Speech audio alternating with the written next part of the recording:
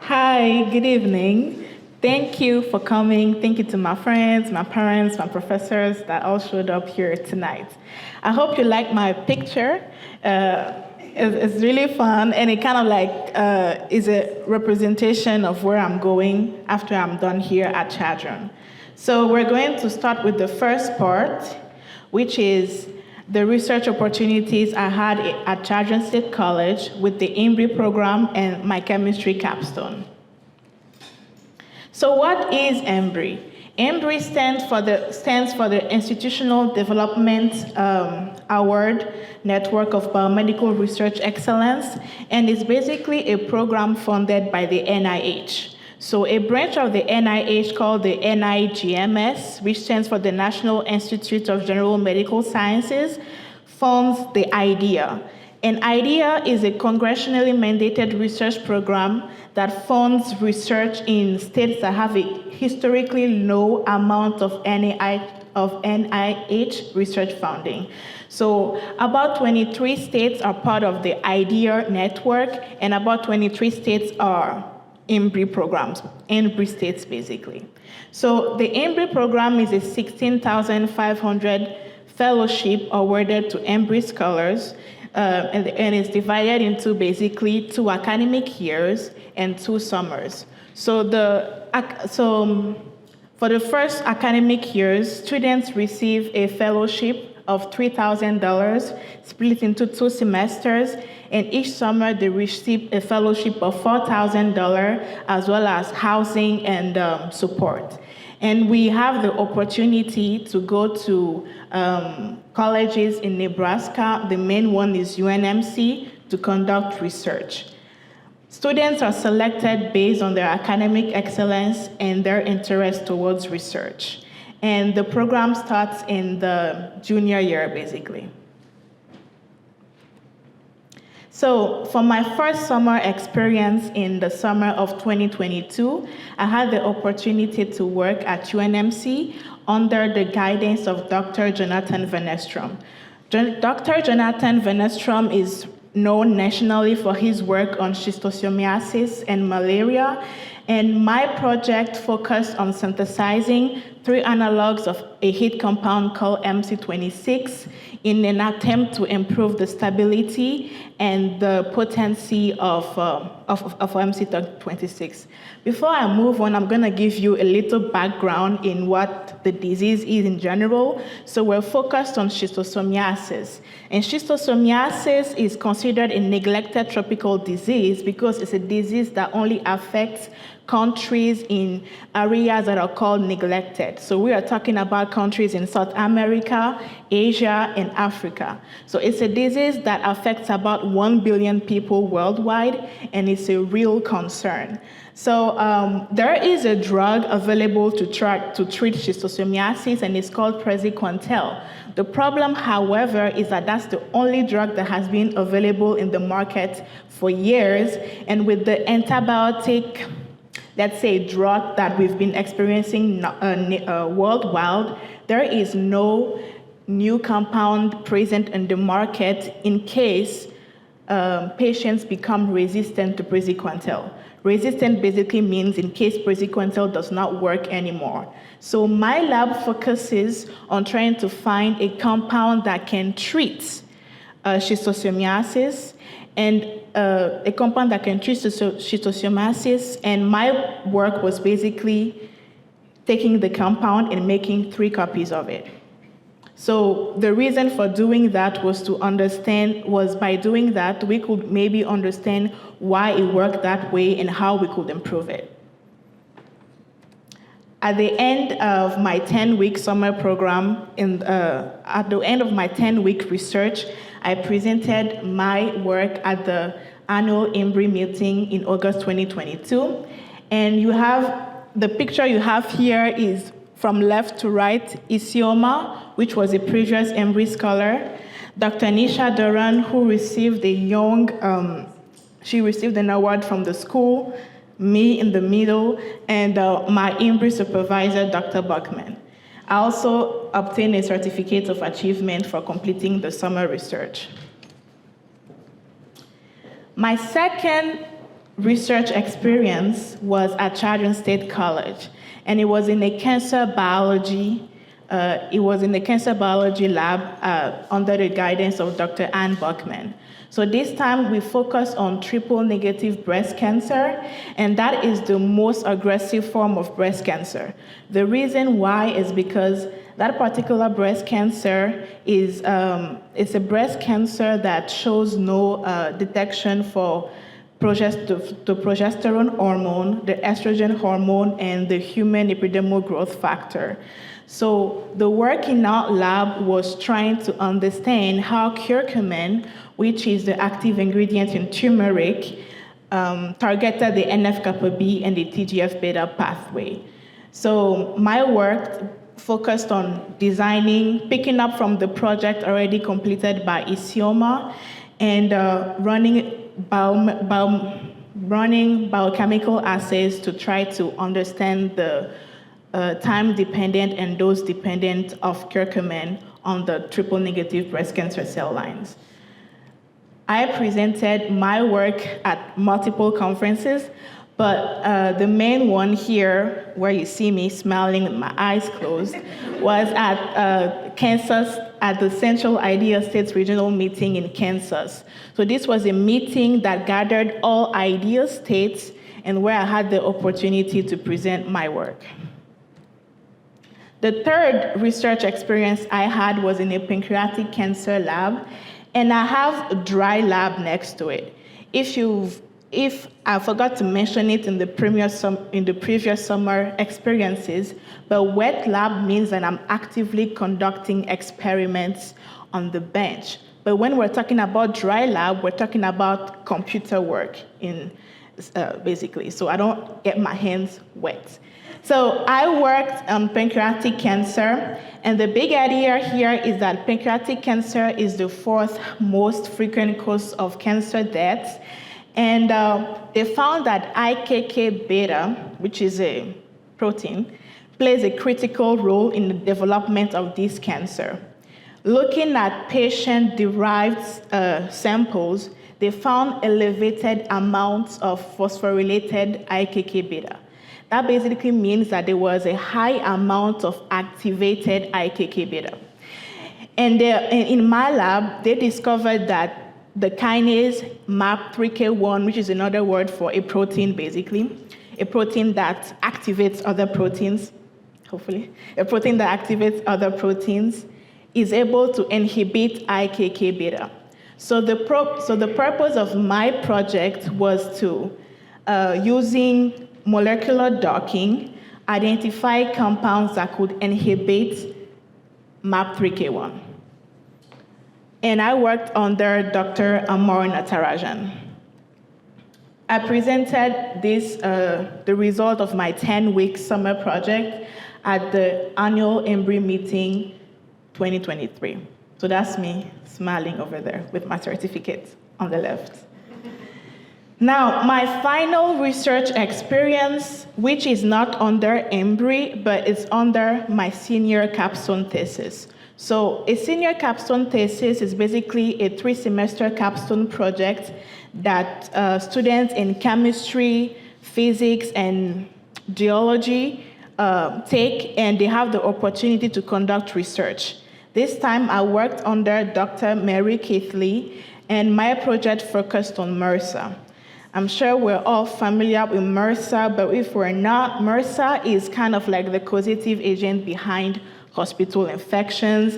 It can cause a bunch of other things like skin and soft tissue infections, toxic shock syndrome. It's present in 50% of the population, 15% of all adults here, no, not here, but worldwide have them in permanence, and 80% of healthcare workers and immunocompromised patients have MRSA. The problem with MRSA is that it's resistant to basically all antibiotics on the market.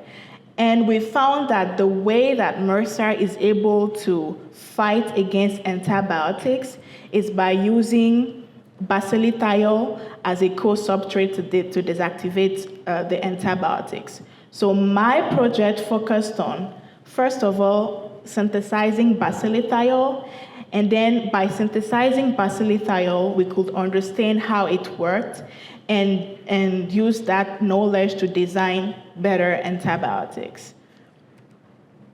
I presented this work at the American Chemical Society conference this past March, actually. That was like about 2 weeks ago. And the American Chemical Society is a national conference, so it was my first time going to a national conference and presenting my work. And you can see me smiling, happy to be there on the pictures. So that's all I have from my research experiences. I want to mention that those research experiences were ones that I had chosen, so you don't have, if you're interested in Embry, have to have research experiences in so many different fields. It's because I wanted to have kind of like a multidisciplinary knowledge of science, and I couldn't make up my mind. So I rotated in multiple labs to kind of like get different skills and find out what I would be interested to do in the future. So what have I learned from being an Embry scholar? Personal skills.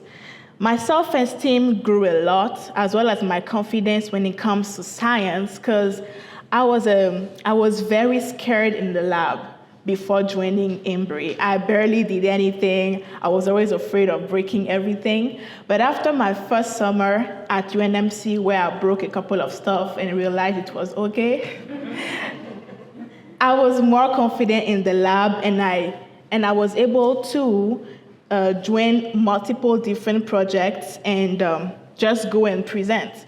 Public speaking. I do not like public speaking, even though I always find myself doing it.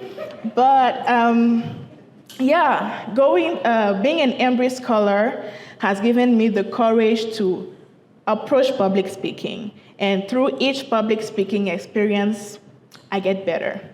Traveling. So because I have to go present my work, I've been able to travel to Nebraska, Lincoln, Omaha multiple times. They're basically my home at this point. I was able to go to Missouri, Louisiana, Nevada, but I didn't put it on the slide. And also money. The program does give you monetary support, so it's a good encouragement to keep pushing when your experiments keep failing. Now, career skills. Going through those conferences, I was able to network with experts in the field. I was able to work with, for example, Dr. Venestrom, who's the best nationally, or one of the best in terms of malaria and schistosomiasis research. I gained a lot of research experience in a lot of different fields. Public speaking. My public speaking increased because I had to public speak at multiple conferences. So now I public speak at conferences that are not science related. Career support. So I had mentors through the Embry program. I met mentors. I met experts that were willing to work with me, train me, and help prepare me for grad school. And a support system when it came to applying to grad school. So those are kind of like the summary of the part 1, and we're going to move to part 2, which is me. So you have a picture of me smiling over there. In the middle, that's a picture of my dad. Some of you will meet him when he comes for my graduation. And then on the left, that's a picture of my family who are actually on a lake back home. So first, where am I from? I'm from the Republic of Benin, and the capital is Cotonou. At the background, you have a picture of the beach. The official language is French. I was born and raised there, but I left there when I was 9. It's kind of my home base. That's where I go to every summer when I travel back home. My parents are from 2 different tribes, Idacha and Aja. So I'm part Idacha and part Aja. When I left my country at the age of 9, I moved to Senegal. And the capital of Senegal is Dakar. I lived there for about 4 years. The official language there is French, and that's where I completed my middle school education.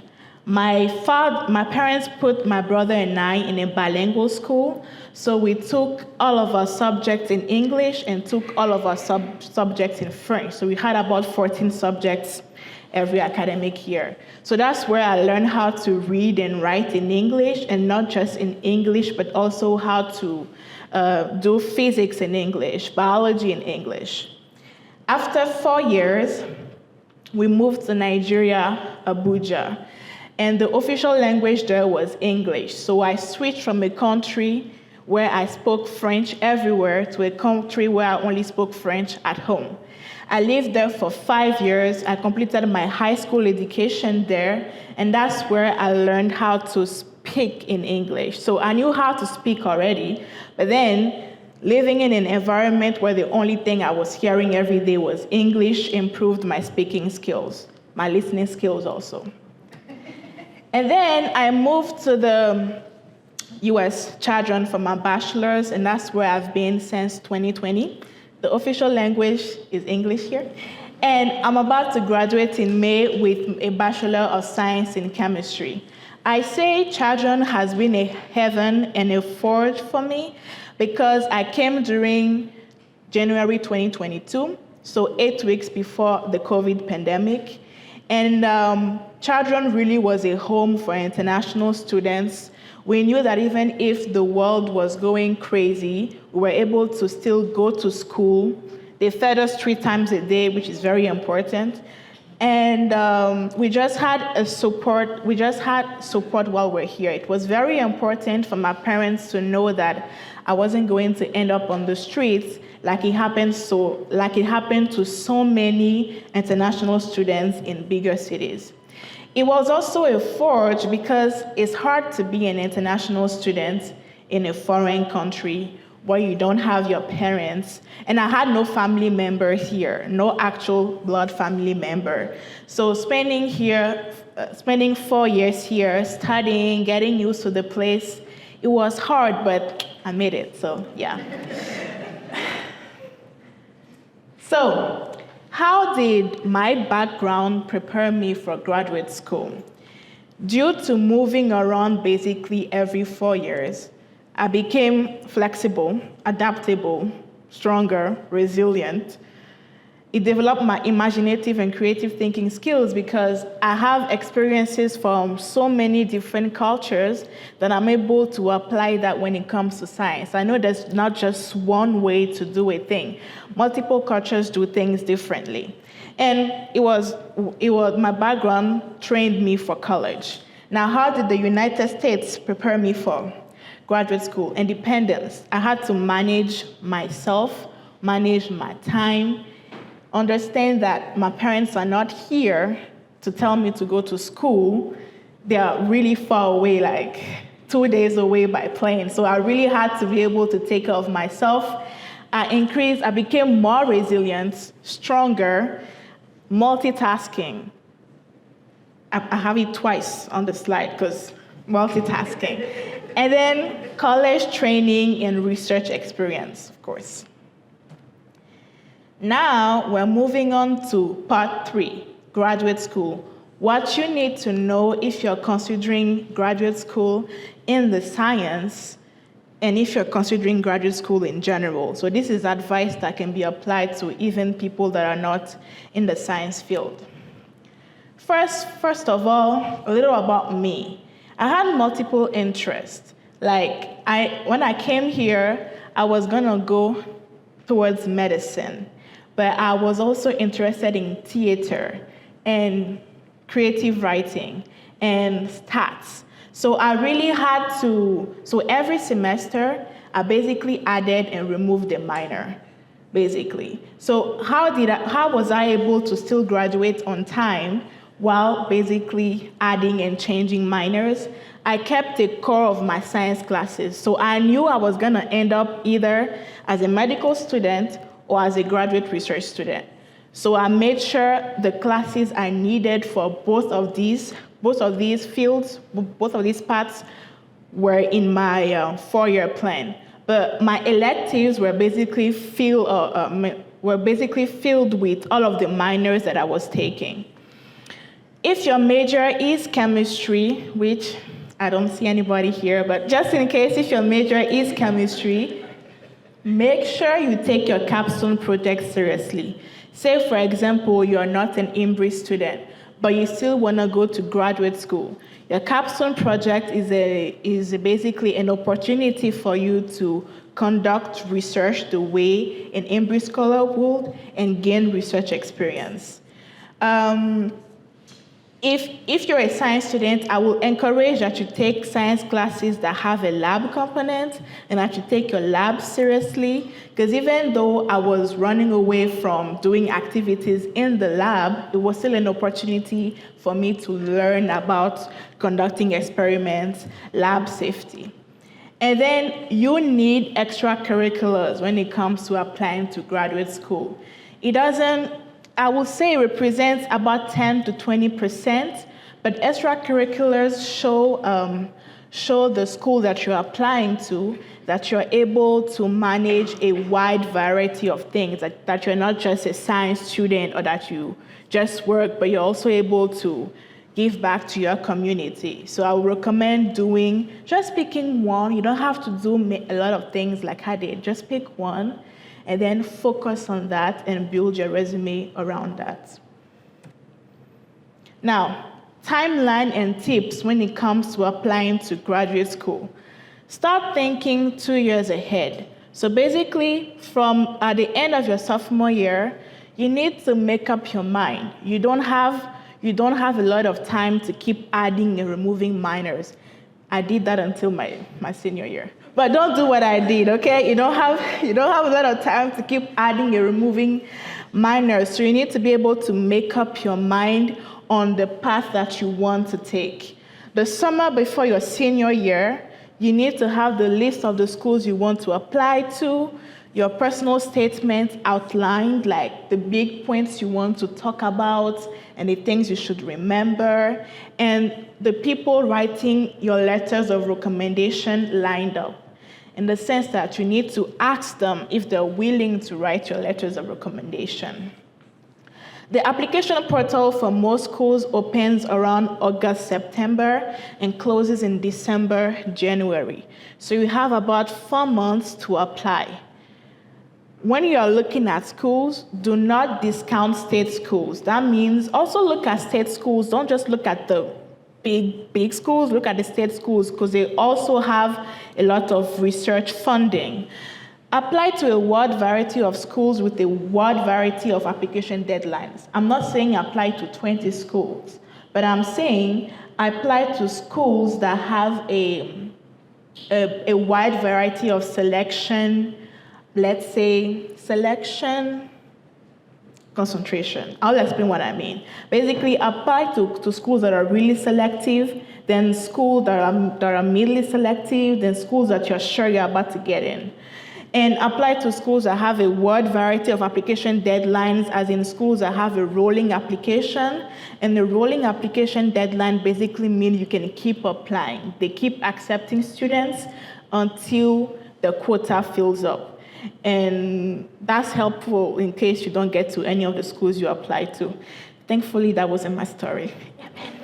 So keep your final school list short.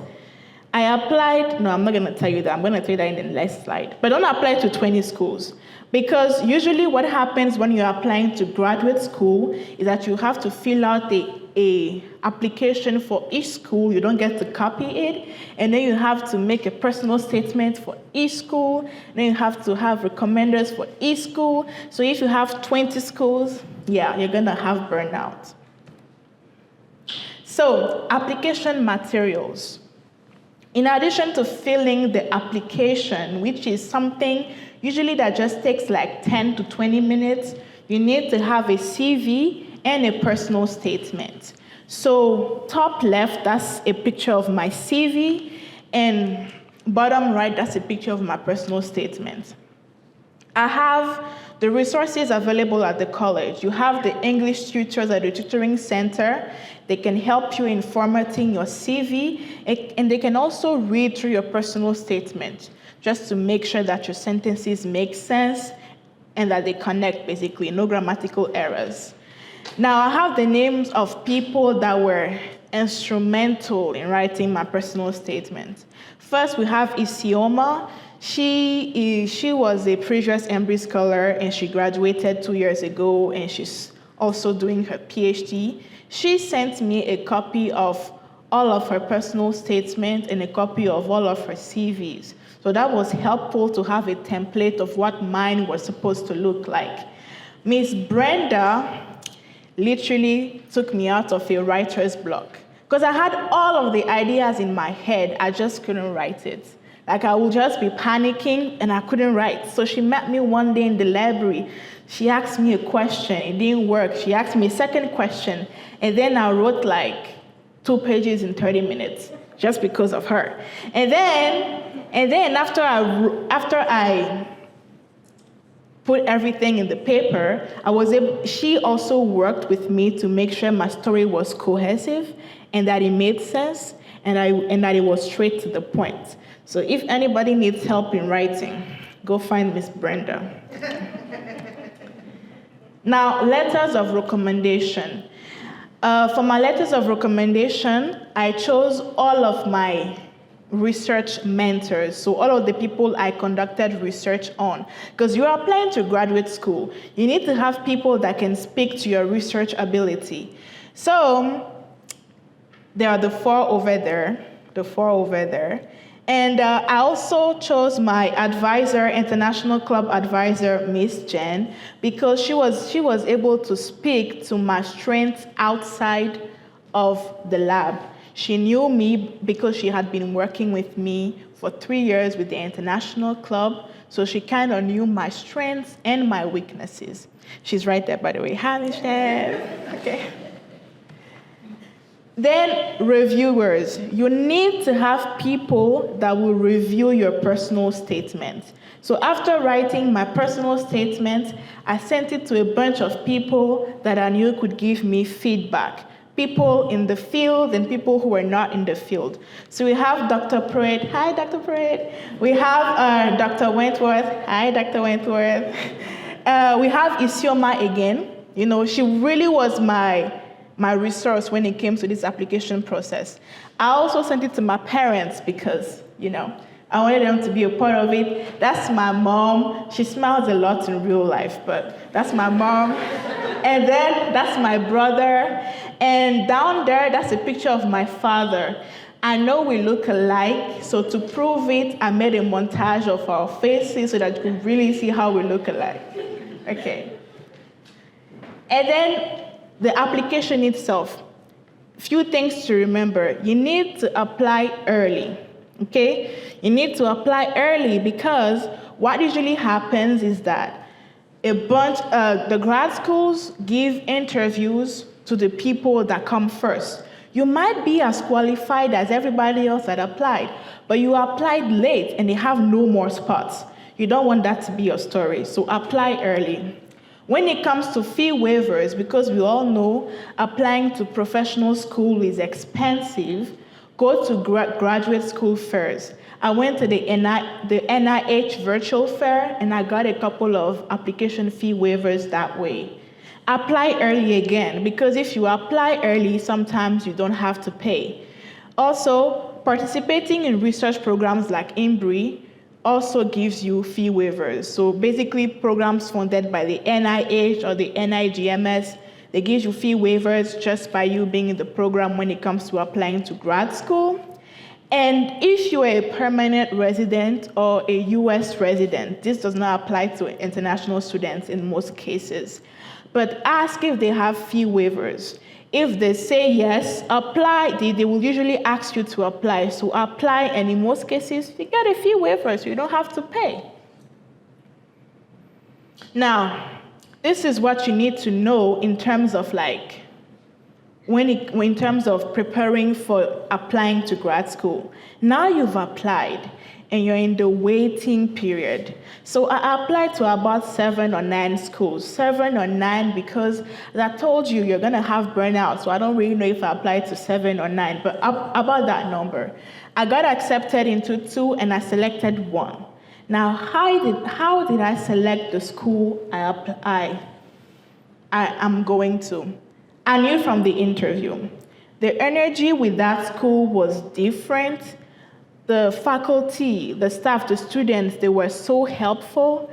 And most importantly, they gave me the impression that they wanted me there. They chased me, and I like to be chased as well. They were sending me gifts. They were, oh my gosh, we can't wait to have you here. So I went there because I knew they were going to treat me right. Now, what will I do differently now that I'm accepted to a school? Whew, that was scary. I thought I wasn't going to get accepted, but I'm accepted to a school and I'm off to graduate school.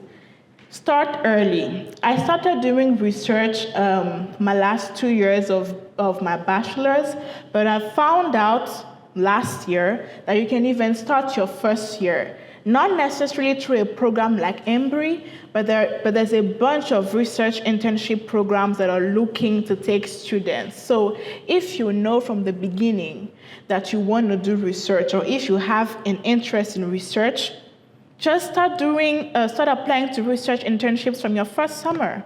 It's fun, you learn, and you get to travel. I would have started my application earlier. Yes, I gave you a timeline. I didn't respect my timeline. So it was kind of stressful applying to grad school. I wouldn't do that again. And then not be so undecisive. I mentioned that I knew I was going to end up in the sciences anyways, but I took a bunch of other minors. Now, that led to me taking a bunch of classes that I did not need that brought down my GPA. My GPA is good. I'm graduating. But it still brought down my GPA, so don't do that. Don't be indecisive. Decide quickly. This is the winner, This is the school I'm going to. It's the Medical College of Wisconsin in Milwaukee, Wisconsin. They have water, that's why I'm going there. In addition to chasing me, of course. Now, a lot of people, when they hear PhD, they get scared. They're like, oh, you're not going to have a job. That was my father. Because he was like, oh, I should go to medical school. And I'm like, no, I'm going to have a job. Don't worry. So those are basically all of the sectors you can work in when I'm done with my PhD. I could be an academic professor, not likely. I could work in industry. I could work in government. I could work as a market research analyst, a business consultant development manager, an entrepreneur. There are so many roads that I could take. And if a road is not here, I can make my own. Basically, the world is your oyster. There's hope. Don't be scared, okay? Get that PhD. And finally, this is a picture, a montage of all the people I have to thank for bringing me here today. So you have all of my research mentors at the top. You have my advisor. Can you see? Okay. Miss Jen, Miss Brenda, Dr. Pruitt, mentor. Dr. Buckman, Dr. Beth. EC, she was an inspiration because she was my friend, but she also told me about the Embry program. She read all of my personal statements. She encouraged me. She told me to apply. She pushed me. So she's a great reason of why I'm here today. Lily, because she was the Embry Scholar before EC, and she was also as encouraging. Dr. Nisha, she was an Embry Scholar from 10 years ago, and then she came to the school to receive an award, and she was also given an award at the Embry conference, and it was just so inspiring to see everything she had accomplished and what she was able to do with her PhD. Those are my foster parents. Hi, foster parents. They were able to, this was a picture from my first birthday here when I turned 20, the year of the pandemic, and I wasn't able to go back home. So they threw a little birthday party for me. It was really nice.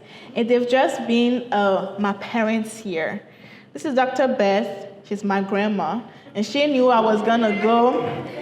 And she knew I was going to go to Wisconsin before I did. And then those are my parents, my brother, my mom, my father, me smiling. And thank you.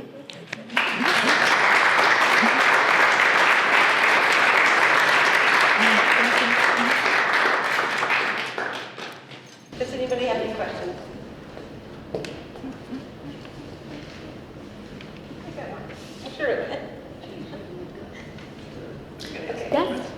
somebody who doesn't like speaking in public, you do a wonderful job. I'm just curious how you selected Chadron State College for your discussion. Okay. So the question from the audience is, how did I select Chadron State College for my college experience? Well, I'm going to be very honest and say, God told me to. So what happened was, I had applied to 2 schools. Well, multiple schools, but it was between Chadron and it was between a school in the University of Winnipeg, Manitoba, so it was in Canada. And then I was praying because at the time I still thought I was gonna go to medical school, and if I had chosen to go to Canada, that was gonna be a completely different pathway. So the place of schooling was very important. Will it be the US or will it be Canada? So I prayed to God. I was like, the first one that comes, I'm gonna take it, okay? And then they responded the same day, just hours apart. I was like, okay. So I chose Chadron. And then, the crazy thing was that, okay, I like Chadron. It's not even cold anyways. And then I came in January and it was freezing. So, yeah. So that's how I chose Chadron. Anyone else? Yes? What do you plan to do with your PhD? So the question is, what do you plan on doing with your PhD? Although my answer might change 5 years from now, depending on how disillusioned I am planning on working for non-governmental organizations. So basically, going back home and setting up research centers. So I really want to enact policies to increase the research effort and output back home in West Africa. So that's kind of like my big dream, hopefully. Yes. Yes? I just wanted to remind you that 2 years ago, about this time, we were at the NAS meeting and you kept saying, Dr. Buckley, I can't do this, I can't do this. Let's see where you are now. Yeah, thank you. Yes, that was me 2 years ago. Dr. Buckman can attest to the fact that I panic most of the time. I even panicked before presenting, but hey, I did good, so. Yeah. Yes? Do you have research in mind that you want to do at medical college, or are you going to kind of see what mentors you can find and go with that? So the question is, do I have a research field that I would like to focus on when I get to the Medical College of Wisconsin? So the main reason, another reason why I chose MCWU was because I found a professor there. His name is Dr. Marchant. And Dr. Marchant is the one that discovered the target that the only active drug against schistosomiasis, praziquantel, is effective on. So I spoke to him. He's like, yeah, come. So I said, yeah, I'm coming. So I'm most likely going to be working, hopefully, that's my plan, that's my dream. If God says amen, I'm going to be working on malaria and schistosomiasis, which is anyways close to my heart because those are the diseases that affect my part of the world.